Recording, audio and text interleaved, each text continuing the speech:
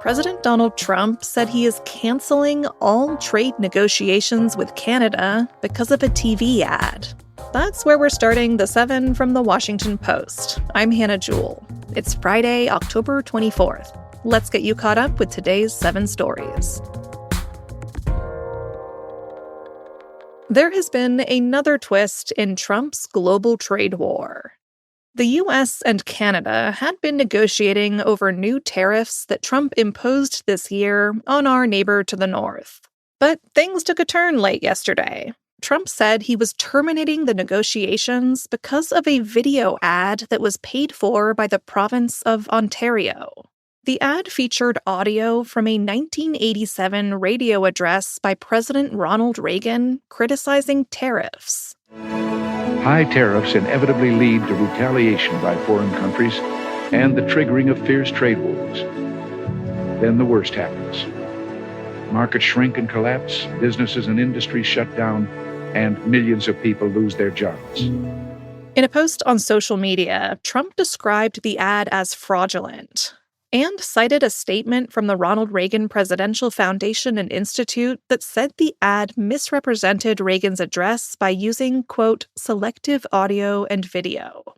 The incident has once again cast a shadow over ties between the U.S. and its second biggest trading partner.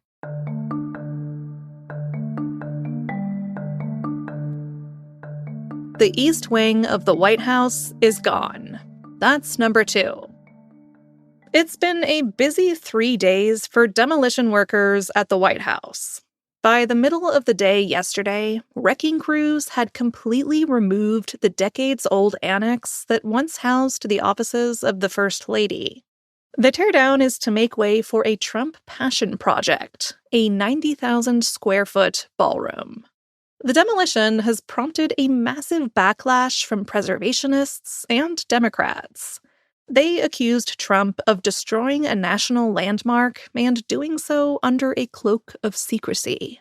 The work has drawn thousands of tourists to Pennsylvania Avenue in Washington, D.C. to watch, or at least to listen to, the heavy machinery. But the Trump administration has restricted the public from most vantage points and escorted away journalists trying to shoot video. And it ordered employees of the Treasury Department, which is next door to the worksite, not to share photos of what they can see. Number 3 is bad news for federal workers who haven't been getting paid during the shutdown. More than 700,000 employees have been furloughed without pay during this government shutdown, which has entered its 4th week. Those workers whose roles involve protecting life and government property have been expected to continue working despite not getting paid. Yesterday, the Senate rejected 3 measures to pay them: 2 from Democrats to pay all federal workers, and 1 from Republicans to pay those still on the job. By law, all workers are entitled to back pay once the government reopens. But the Trump administration has been moving money around to pay some employees, mostly military and law enforcement staffers. This has created an uncomfortable situation where some workers in an agency may be receiving their paychecks while their colleagues are going without. Experts say it is unclear whether such moves are even legal.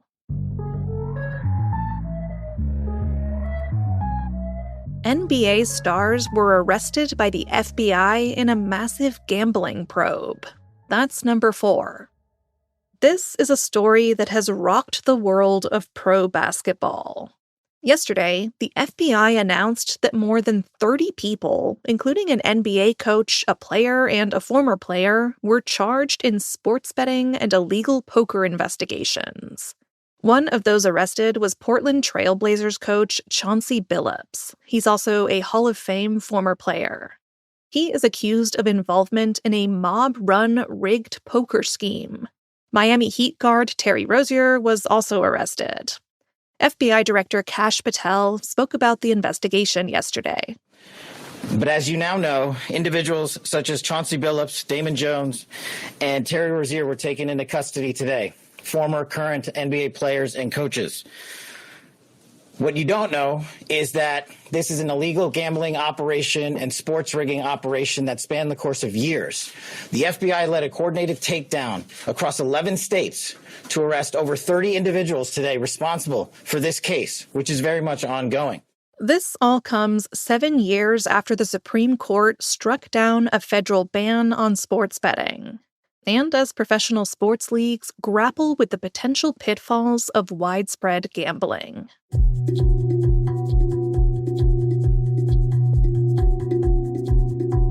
Number 5. Tropical storm Melissa is expected to rapidly intensify into a hurricane this weekend. Melissa is churning northwards through the Caribbean, about 250 miles southeast of Kingston, Jamaica.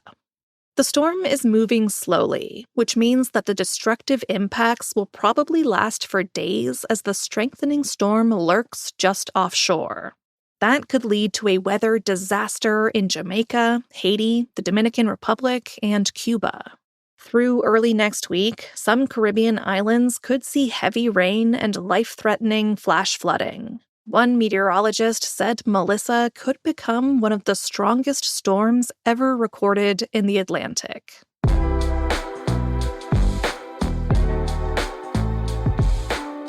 Number 6. Researchers may have identified a happiness hack for our chaotic times. It turns out that having a sense of purpose can be really good for you. That's according to a Cornell study of college and high school students. About 1,200 of them received a $400 no-strings-attached contribution to pursue what matters most to them. The cash could be used for something that benefited their community, their family, or even themselves. They were given 6 to 8 weeks to spend the money. After that, researchers compared their mental health to those who hadn't received the cash. Those who did scored much higher on well-being, sense of purpose, sense of belonging, and their sense of feeling needed and useful, among other measures. The study builds on recent research which suggests a greater sense of purpose is associated with longevity and slower age-related cognitive decline.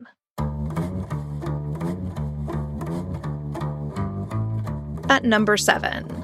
Rocks in New Mexico may reveal what really killed the dinosaurs. 66 million years ago, a 6-mile-wide asteroid collided with the Earth, triggering a mass extinction event.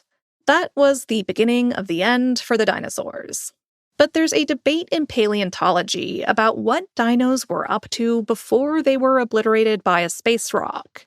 Some scientists argue that dinosaurs were already in decline, perhaps due to a changing climate. But in a new study, high-tech, precise dating techniques of a century-old fossil site in New Mexico suggest that dinosaurs were actually doing just fine. It argues that dinos were diverse, abundant, and flourishing right up until the end. Skeptics say the finding may apply only to that one fossil site, where dinos were clearly living it up. In any case, here's a treat to send you off with. If you go find this story in our newsletter today, you will be pleased to see that it was written by my colleague whose name is Dino Grandoni. Dino was clearly the perfect man for the job.